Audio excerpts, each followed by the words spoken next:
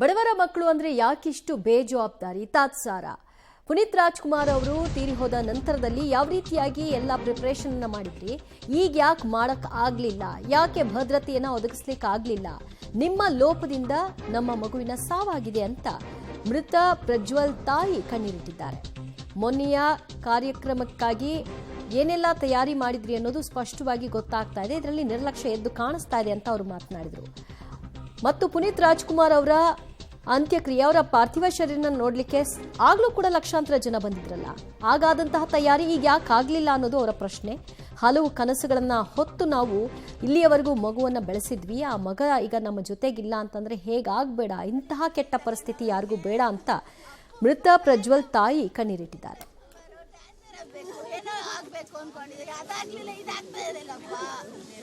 ಸ್ಟೂಡೆಂಟ್ಸ್ಗೂ ಬುದ್ಧಿ ಇರಬೇಕು ಸರ್. ಅವರು ಇದನ್ನು ಬ್ಯಾಡೇ ಇದೆ, ಅವ್ರು ಮಾಡಿದ್ದು ಸರಿ ಅಲ್ಲ. ಯಾಕಂದರೆ ಎಜುಕೇಟೆಡ್ ಪರ್ಸನ್ಸ್ ಏನೋ ಅನ್ಎಜುಕೇಟೆಡ್, ಏನೋ ಗೊತ್ತಿಲ್ಲಪ್ಪ ಊರಲ್ಲಿದ್ದಾರೆ, ಎಮ್ಮೆಗಳ ಥರ ನುಗ್ತಾ ಇದ್ದಾರೆ ಅಂದರೆ ಅದೊಂಥರ. ನೀವೆಲ್ಲ ಎಜುಕೇಟೆಡ್ ಪರ್ಸನ್ಸ್ ಆಗಿ ಇನ್ನೊಬ್ರು 4 ಜನ ಅಲ್ಲಿ ಬಿದ್ದಿದ್ದಾರೆ, ಅವ್ರ ಮೇಲೆ ಅತ್ತೆ ಇಳಿತಾ ಇದ್ದೀರಾ ಅಂದರೆ ನಿಮಗೆ ಕಾಮನ್ ಸೆನ್ಸ್ ಬೇಡವಾ ಸರ್? ಏನಕ್ಕೆ ಓದಿಸಿದ್ದಾರೆ ನಿಮಗೆ ತಂದೆ ತಾಯಿ ಕಷ್ಟಪಟ್ಟು? ರೂಲ್ಸ್ ಗೊತ್ತಿಲ್ವಾ, ರೆಗ್ಯುಲೇಷನ್ಸ್ ಗೊತ್ತಿಲ್ವಾ ಫಾಲೋ ಮಾಡೋದಕ್ಕೆ? ನಿಮಗೆ ಯಾವ ಇದರಲ್ಲಿ ಹೋಗ್ತಿದ್ದೀರಾ ನೀವು? ಸೈನಿಕರಲ್ಲಿ ಕಷ್ಟಪಡ್ತಿದ್ದಾರೆ ಅಂತ ಎಲ್ಲ ಇದು ಮಾಡ್ತೀರಾ ತಾನೇ? ಸೈನಿಕರಲ್ಲಿ ಎಷ್ಟು ಶಿಸ್ತಾಗಿರ್ತಾರೆ, ಲೈಫಲ್ಲೂ ಶಿಸ್ತಾಗಿ ನೀವು ಇರಬೇಕು ತಾನೆ. ಎಜುಕೇಟೆಡ್ ಪರ್ಸನ್ಸ್ ಆಗಿ ಅವರು ಅಷ್ಟು ಸೇವೆ ಮಾಡಿದ್ರು, ಇಷ್ಟು ಮಾಡಿದ್ರು, ಅಷ್ಟು ಮಾಡಿದ್ರು ಅಂತ ಮೋದಿ ಅವರು ವಾರೆಲ್ಲ ನಡೀತು ಅಂತ ಎಷ್ಟು ಬದ್ಧತೆ ಏನು ಮಾಡಿದ್ರು, ಎಲ್ಲ ಮಾಡಿದ್ರು ತಾನೆ ಪ್ಲ್ಯಾನ್ ಆಗಿ. ಇವ್ರಿಗೇನಾಗಿತ್ತು, ಕಪ್ಪು ಗೆದ್ದಿದ ತಕ್ಷಣ ಕೊಂಬಂದ್ಬಿಡ್ತಾ? ಪ್ಲ್ಯಾನ್ ಮಾಡ್ಕೊಳಕ್ಕಾಗ್ಲಿಲ್ವಾ? ಏನು ಯೂಸ್ ಇದೆ ಹೇಳಿ? ಏನಾರು ಯೂಸ್ ಇದೆಯಾ? ಹೋಗ್ಲಿ ಬೇಡ, ರ್ಯಾಲಿ ಮಾಡ್ತಿದ್ದೀರಾ ತಾನೆ, ಬಸ್ಸಲ್ಲೇ ತಾನೇ ತೊಗೊಂಡು ಬಂದ್ರಿ, ಎಲ್ಲರನ್ನ ಕರ್ಕೊಂಡು ಬಂದ್ರಿ, ವಿರಾಟ್ ಕೊಹ್ಲಿನ ಎಲ್ಲ ಏರಿಯಾಗೂ ಒಂದು ರೌಂಡ್ ಹಾಕ್ಸ್ಕೊಬರ್ಬೇಕಿತ್ತು. ಎಲ್ಲ ಅಲ್ಲಲ್ಲೇ ನಿಂತ್ಕೊಂಡು ನೋಡ್ತಾ ಇದ್ರು. ಏನಕ್ಕೆ ಮಾಡಬೇಕಿತ್ತು? ಬೇಡವೇ ಬೇಡ, ಲೈವ್ ಅನೌನ್ಸ್ ಮಾಡಬೇಕಿತ್ತು. ಒಂದೊಂದು ಏರಿಯಾಗೆ ಒಂದೊಂದು ಇದು ಹಾಕ್ಬಿಟ್ಟು ನೋಡ್ಕೊಳ್ರಪ್ಪ, ಅಲ್ಲ ಯಾರು ಬರಬೇಡಿ, ನೀವು ಸ್ಟೇಡಿಯಮ್ಗೂ ಬರಬೇಡಿ, ವಿಧಾನಸೌಧಕ್ಕೂ ಬರಬೇಡಿ ಅಂತ ಈ ಅನೌನ್ಸ್ಮೆಂಟ್ ಮಾಡಬೇಕಿತ್ತು. 3 ಗಂಟೆ ರಾತ್ರಿ ನೀವು ಡಿಸೈಡ್ ಮಾಡಿ ಮಧ್ಯಾಹ್ನ. ಬೆಂಗಳೂರಿನ ಚಿನ್ನಸ್ವಾಮಿ ಕ್ರೀಡಾಂಗಣದ ಬಳಿ ಕಾಲ್ತುಳಿತ ಪ್ರಕರಣದಲ್ಲಿ ಇವತ್ತು ಚಿಕ್ಕಬಳ್ಳಾಪುರ ಜಿಲ್ಲೆಯ ಚಿಂತಾಮಣಿ ತಾಲೂಕಿನ ಗೋಪಲ್ಲಿಯ ನಿವಾಸಿ ಪ್ರಜ್ವಲ್ ಅಂತೇಳಿ 25 ವರ್ಷ ಯುವಕ ಮನೆಗೆ ಆಧಾರವಾಗಿದ್ದ. ತಂದೆ ತಾಯಿ ಬಹಳಷ್ಟು ಕನಸುಗಳನ್ನು ಕಟ್ಕೊಂಡಿದ್ರು, ಆದರೆ ಇವತ್ತು ಆತನನ್ನು ಕಳೆದುಕೊಂಡು ಇವತ್ತು ಕುಟುಂಬಸ್ಥರಂತ ದುಃಖ ಮಾತ್ರ ಹೇಳುತ್ತಿರೋದಾಗಿದೆ. ಇದರ ನಡುವೆ ಇವತ್ತು ಸರ್ಕಾರ ಕೆಲ ನಡೆಗಳನ್ನು ಅನುಸರಿಸ್ತಾ ಇದೆ. ಅದ್ರ ಬಗ್ಗೆ ಮಾತಾಡಲಿಕ್ಕೆ ನಾನು ಅವರ ತಾಯಿಯವರು ನಮ್ಮ ಜೊತೆ ಇದ್ದಾರೆ, ಪವಿತ್ರ ಅಂತೇಳಿ. ಅಮ್ಮ ನಮಸ್ತೆ. ಮಗನನ್ನು ಕಳ್ಕೊಂಡ್ರಿ, ಮೊನ್ನೆ ನೀವೊಂದು ಮನವಿಯನ್ನು ಮಾಡ್ತಿದ್ರಿ ನನ್ನ ಜೊತೆ ಮಾತಾಡಬೇಕಾದ್ರೆ. ಸರ್ಕಾರ ಏನೇ ಮಾಡಬೇಕಾದ್ರೂ ಪ್ರೀ ಪ್ಲಾನ್ ಇರಬೇಕಾಯಿತು, ಮಾಡಲಿಲ್ಲ ಮ್ಯಾನೇಜ್ಮೆಂಟು ಅಂತ.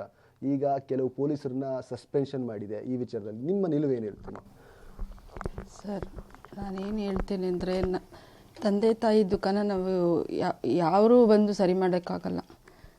ನಮಗೀಗ ಕೈ ಕಾಲೇ ಓಡ್ತಾ ಇಲ್ಲ, ಏನೋ ಬದುಕಿದ್ದೀವಿ ಅಷ್ಟೇ, ಅಷ್ಟು ಆಸೆ ಇಟ್ಕೊಂಡಿದ್ದು. ಬಟ್ ಅವ್ರ ಮೇಲೆ ಆರೋಪ ಹೊಡಿಸೋದ್ರಿಂದ ಏನೂ ಇದಿಲ್ಲ, ಯೂಸ್ ಇಲ್ಲ ಸರ್. ಅವರು ನಮ್ಮ ಥರನೇ ಮಕ್ಕಳಿರ್ತಾರೆ, ಎಲ್ಲ ಇರ್ತಾರೆ. ಅವ್ರನ್ನ ನಾವು ಹಂಗೆ ಮಾಡಿ ಅವರಿಗೆ ತೊಂದರೆ ಯಾಕೆ ಸರ್ ಕೊಡಬೇಕು? ಫಸ್ಟ್ ಆಫ್ ಆಲ್ ಒಂದು ಪ್ಲ್ಯಾನ್ ಅಂತ ಅವತ್ತು ನಾನು ಹೇಳಿದ್ದೆ. ಆ ಪ್ಲ್ಯಾನ್ನ ಆ್ಯಕ್ಚುಲಿ ಅವರು ಮಾಡಬೇಕಿತ್ತು, ಮಾಡಿಲ್ಲ. ಅವ್ರ ಮೇಲಿರೋ ಇದನ್ನ ಇನ್ನೊಬ್ಬರ ಮೇಲೇ ಹಾಕಿದರೆ ಹೇಗೆ? ಏನೋ ಒಂದು ಗಾದೆ ಇದೆಯಲ್ಲ ಕನ್ನಡದಲ್ಲಿ, ಮೇಕೆ ಮತ್ತು ತಿಂದಿದ್ದು ಅಂತ ಹೇಳ್ತಾ ಇದ್ರು. ಅದೇ ಪರಿಸ್ಥಿತಿ ಆಗಿರೋದು ಇದರಲ್ಲಿ. ಯಾರೋ ಮಾಡಿದ್ದು ಯಾರಿಗೋ ಬೆಳ್ದಂಗೆ. ಪಾಪ ಅವರು ಹಿಂದಿನ ದಿನವೂ ಕೆಲಸ ಮಾಡಿದ್ದಾರೆ. ಸಡನ್ ಆಫ್ ಪ್ಲ್ಯಾನ್ ಮಾಡಿದರೆ ಅವ್ರದ್ದು ಏನಿರುತ್ತೆ ಸರ್ ತಪ್ಪು? ಅವ್ರದ್ದು ಏನೂ ಇಲ್ಲ. ಸುಮ್ಮನೆ ಅವ್ರನ್ನ ಸಸ್ಪೆಂಡ್ ಮಾಡಿ ಅವ್ರಿಗೆ ಒಂದು ಬ್ಲ್ಯಾಕ್ ಚುಕ್ಕೆ ಇಡೋದ್ರಿಂದ ಏನೂ ಯೂಸ್ ಇಲ್ಲ ಸರ್. RCB ಇದ್ದಾರೆ, ಓಕೆ, ವಿರಾಟ್ ಕೊಹ್ಲಿ ಇದ್ದಾರೆ, ಎಲ್ಲ ಇದ್ದಾರೆ, ಫ್ಯಾನ್ಸ್ ಎಲ್ಲ ಕಡೆನೂ ಇದ್ದೇ ಇರ್ತಾರೆ. ಬಟ್ ಫ್ಯಾನ್ಸ್ ಎಲ್ಲ ಇಟ್ಕೊಂಡು ಈ ಥರ ಲೈಫ್ನ ಹಾಳು ಮಾಡ್ಕೊಳ್ಳೋದು ಸರಿಯಲ್ಲ ಸರ್. ಬ್ಯಾರಿಕಾರ್ಡ್ ಹಾಕಿ ಬಿಟ್ಟಿದ್ರೆ 4 ಜನ ನೋಡ್ಕೊಂಡು ಹೋಗ್ತಾಯಿದ್ರು, ಅವ್ರಿಗೂ ಖುಷಿ ಆಗ್ತಾಯಿತ್ತು. ಅವತ್ತೂ ನನ್ನ ಮಗ ಹೋಗಿದ್ದಾನೆ, ಪುನೀತ್ ಸತ್ತಿದಾಗಲೂ ಹೋಗಿದ್ದಾನೆ. ಯಾಕಂದರೆ ಅವರು ಫೇವ್ರೆಟ್ ಅವನಿಗೆ. ಅವನ ಅಪ್ಪು ಅಂತ ಇಟ್ಟಿರೋದೇ ಪುನೀತ್ ರಾಜ್ಕುಮಾರ್ ಇಷ್ಟ ಅಂತಾನೆ ನಾವಾಗ ಅವನಿಗೆ ನಿಕ್ ನೇಮ್ ಇಟ್ಟಿರೋದೇ ಅಪ್ಪು ಅಂತ. ಕ್ರಿಕೆಟ್ ನೋಡ್ದಂಗೆ ಏನೋ ಒಂದು ದೊಡ್ಡ ಸ್ಕ್ರೀನ್ ಹಾಕ್ಕೊಂಡು ನೋಡಿ ಅಂತ ಹೇಳ್ಬೋದಿತ್ತು. ಏನಕ್ಕೆ ಟಿಕೆಟ್ ಬುಕ್ ಆ್ಯಕ್ಚುಲಿ ನನ್ನ ಮಗ ಟಿಕೆಟ್ ಬುಕ್ ಮಾಡ್ಕೊಂಡು ಹೋಗಿದ್ದಾನೆ. ಬಟ್ ಏನಕ್ಕೆ ಆ ಥರ ಡಿಸ್ಟರ್ಬೆನ್ಸ್ ಮಾಡಿ ಜನಗಳಿಗೆ, ಮಕ್ಕಳಿಗೆ, ವಯಸ್ಸು ಹುಡುಗಿರಿಗೆ, ಮದುವೆ ಆಗಬೇಕಾಗಿರೋರಿಗೆ ಎಲ್ಲ ಯಾಕೆ ಸರ್ ತೊಂದರೆ ಕೊಟ್ಟಿದ್ದು? ಅವ್ರ ಫ್ಯೂಚರ್ ಇನ್ನೂ ಏನೇನೋ ಇರ್ತಿತ್ತು. ಅವ್ರ ಆಸೆನಿಟ್ಟು 100 ಮಾಡಿ ಬಿಟ್ಟು ಹಾಕ್ಬಿಟ್ರಿ. ಅಲ್ಲಿ ಅಮಾಯಕರು ಸತ್ತೋದ್ರು. ಈ ಆ ಹುಡುಗರಿಗೂ ಕಾಮನ್ ಸೆನ್ಸ್ ಇಲ್ಲ ಸರ್, ಎಲ್ಲ ಎಜುಕೇಟೆಡೇ ತಾನೆ. ಫ್ರೀ ಬಿಟ್ರು ಅಂತ ಹೇಳಿ ಮಕ್ಳಿಗೂ ಒಂದು ವಿವೇಕ ಇಲ್ವಾ? ಅಲ್ಲಿ ಯಾರೋ ಬಿದ್ದಿದ್ದಾರೆ ಅಂದರೆ ಅಟ್ಲೀಸ್ಟ್ ಲಿಫ್ಟ್ ಮಾಡಬೇಕು. ನೀವು ಅಲ್ಲಿ ನನ್ನ ಮಗನೇ ಬಿದ್ದು ಕೈ ಹಿಂಗೆ ಎತ್ತಿದಾನ, ಕೈ ಕಾಣ್ತಾ ಇದೆ ನನಗೆ, ಆ ರೆಡ್ಡಿ ಇದೂ ಖಡ್ಗ ಅದ್ರ ಮೇಲೇ ತುಳ್ಕೊಂಡು ಒಂದು ಹುಡುಗ ಹೋಗ್ತಾ ಇದ್ದಾನೆ. ನನಗೆ ಎಷ್ಟು ನೋವಾಗತ್ತೆ ಸರ್, ನನ್ನ ಹೊಟ್ಟೆ ಉರಿ ಇದಾಗತ್ತೆ. ಅಲ್ಲಿ ಕೈ ನನ್ನ ಮಗನ ಕೈ ಕಾಣ್ತಿದೆ, ಬಟ್ ಮುಖ ಏನು ಕಾಣ್ತಿದೆ, ಯಾಕಂದ್ರೆ ಅವ್ರ ಮೇಲೆ ಇನ್ನೂ 2-3 ಜನ ಇದ್ದಾರೆ. ಅವನು ಎಷ್ಟು ನರಳಿನಲ್ಲಿ ಹೋಗಿರ್ತಾನೆ ಸರ್. ಕಷ್ಟಪಟ್ಟು ದುಡಿತಾ ಇರೋದೇನಕ್ಕೆ? ನಾವು ಹೋಗ್ತಾ ಇರೋ ದಿನ ಕೂಲಿ ಏನಕ್ಕೆ? ಮಗನ ಸುಮ್ಮನೆ ಆಗತ್ತೆ ಸರ್ BE ಮಾಡಿಸೋದು? ಎಷ್ಟು ದಿನ ನಾವು ಎಷ್ಟು ಕೆಲಸ ಒಂದು ಇದನ್ನು ನಾವು ಲಾಸ್ ಮಾಡ್ಕೊಂಡು ಮಕ್ಕಳು RCB ವಿಜಯೋತ್ಸವದ ವೇಳೆ ಚಿನ್ನಸ್ವಾಮಿ ಕ್ರೀಡಾಂಗಣದ ಬಳಿ ಇವತ್ತು ಕಾಲ್ತುಳಿತ ಸಂಭವಿಸಿ ಈಗಾಗಲೇ ಕೂಡ 11 ಜನ ಬಲಿ ಪಡೆದಿದೆ. ಈ ಪ್ರಕರಣ ಸಂಬಂಧ ಈಗಾಗಲೇ ಕೂಡ ಸರ್ಕಾರ ಏನೆಲ್ಲ ಕ್ರಮಗಳನ್ನು ಕೈಗೊಳ್ಳುತ್ತಿದೆ ಅಂತ ಹೇಳಿದ್ರೆ, ಈಗಾಗಲೇ ಕೂಡ ಕಮಿಷನರ್ ಸೇರಿ ಹಲವು ಪೊಲೀಸರನ್ನು ಅಮಾನತು ಮಾಡುವಂಥ ಕೆಲಸವನ್ನು ಮಾಡಿದೆ. ಈ ವಿಚಾರವಾಗಿ ಮಾತಾಡಲಿಕ್ಕೆ ನಮ್ಮ ಜೊತೆ ನಮ್ಮ ಚಿಕ್ಕಬಳ್ಳಾಪುರ ಜಿಲ್ಲೆಯ ಚಿಂತಾಮಣಿ ತಾಲೂಕಿನ ಗೋಪಲಿಯ ನಿವಾಸಿ ಗಣೇಶ್ ಅಂತೇಳಿ ಅವರ ಪುತ್ರ ಪ್ರಜ್ವಲ್ ಕೂಡ ಅವರನ್ನು ಕೂಡ ಇವತ್ತು ತಂದೆ ತಾಯಿ ಕಳ್ಕೊಂಡಿದ್ದಾರೆ. ಅವರ ತಂದೆ ಗಣೇಶ್ ಅವರು ನಮ್ಮ ಜೊತೆ ಅವ್ರನ್ನ ಮಾತಾಡಿಸುವಂಥ ಪ್ರಯತ್ನ ಮಾಡೋಣ. ಸರ್, ದುಃಖದ ವಿಚಾರ, ಮಗನ ಕಳ್ಕೊಂಡಿದ್ದೀರಿ. ಇವತ್ತು ಇದಕ್ಕೆ ಯಾರು ಹೊಣೆ ಅನ್ನೋದೇ ಭಾಳ ಜನರ ಪ್ರಶ್ನೆ. ಆ ಪ್ರಶ್ನೆಗೆ ಉತ್ತರ ಸಿಗ್ತಾ ಇಲ್ಲ. ಈ ಸಮಯದಲ್ಲಿ ಇವತ್ತು ಸರ್ಕಾರ ಕೆಲವು ಪೊಲೀಸರನ್ನು ಅಮಾನತು ಮಾಡಿದೆ.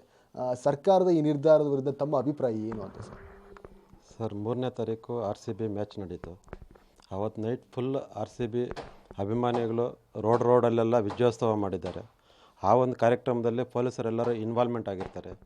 ಆ ಒಂದು ಸುಸ್ತು ಸಿಚುವೇಷನ್ನಲ್ಲಿ ಮಾರನೇ ದಿನವೇ ನೆಕ್ಸ್ಟು ಇನ್ನೊಂದು ಪ್ರೋಗ್ರಾಮ್ ಬಂದಾಗ ಅವರು ಕರ್ತವ್ಯದಲ್ಲಿ 24 ಅವರ್ಸ್ ನಿರತರಾಗಿದ್ದಾಗ ಆ ಒಂದು ಉತ್ಸಾಹ ಉಲ್ಲಾಸ ಇರೋದಿಲ್ಲ. ಅಂಥ ಟೈಮಲ್ಲಿ ಅವ್ರ ಮೇಲೆ ನಾವು ಆಪಾದನೆ ಹಾಕಿ ಅಥವಾ ಅವ್ರು ಕರೆಕ್ಟಾಗಿ ಮಾಡಿಲ್ಲ ಅಂತೇಳಿ ಅವ್ರು ಅಮಾನತು ಮಾಡೋದ್ರಿಂದ ಯಾವುದೇ ರೀತಿ ಉಪಯೋಗ ಇಲ್ಲ. ಇದಕ್ಕೆ ಮೊದಲು ಪ್ರಿಕಾಷನ್ ತೊಗೊಂಡು 1-2 ದಿನ ಆಚೆ ಎಕ್ಸ್ಟೆಂಡ್ ಮಾಡಿಕೊಂಡು ಒಂದು ಪ್ಲ್ಯಾಂಡಾಗಿ ಮಾಡಿದರೆ ಇವತ್ತು ನಮ್ಮ ಮಗ ನಮ್ಮ ಜೊತೆಯಲ್ಲೇ ಇರ್ತಿದ್ದ. ಈ ಮಾಡಿರೋದು ಯಾವುದೇ ರೀತಿಯಲ್ಲೂ ಕೂಡ ಒಪ್ಪುವಂಥ ವಿಚಾರ ಅಲ್ಲ ಸರ್. ಭಾಳ ಜನ ಹೇಳ್ತಿದ್ದಾರೆ ಸರ್ಕಾರ ಆತುರವಾಗಿ ಅರ್ಜೆಂಟಾಗಿ ಮಾಡೋಕ್ಕೆ ಹೋಯ್ತು, ಏನೋ ಪ್ರಚಾರ ತೊಗೊಳಕ್ಕೆ ಹೋಯ್ತು, ಅದರಿಂದನೇ ಈ ಅನಾಹುತ ಆಯಿತು ಅಂತ. ನಿಮಗೆ ಆ ರೀತಿ ಅನಿಸುತ್ತಾ ಸರ್? 100% ಅನಿಸುತ್ತೆ ಸರ್. ಇವಾಗ ಏರ್ಪೋರ್ಟಿಂದ ಡೈರೆಕ್ಟಾಗಿ ಕಂಠೀರವ ಸ್ಟೇಡಿಯಮ್ಗೆ ಬರ್ತಾರೆ ಅಂತ ಹೇಳಿದ್ರು. ಡೈರೆಕ್ಟಾಗಿ ಬಂದಿದ್ದಿದ್ರೆ ಆ ಸುತ್ತಲೂ ಅಲ್ಲಲ್ಲೇ ಇರ್ತಕ್ಕಂಥ ಏರಿಯಾ ಜನ ಅಲ್ಲಲ್ಲೇ ನೋಡ್ಕೊಂಡು ಹಂಗಂಗೆ ಮನೆಗೆ ಹೋಗೋರು. ಎಲ್ಲರಿಗೂ ಒಂದು ಆಸೆ ಆಕಾಂಕ್ಷೆ ಇರ್ತದೆ.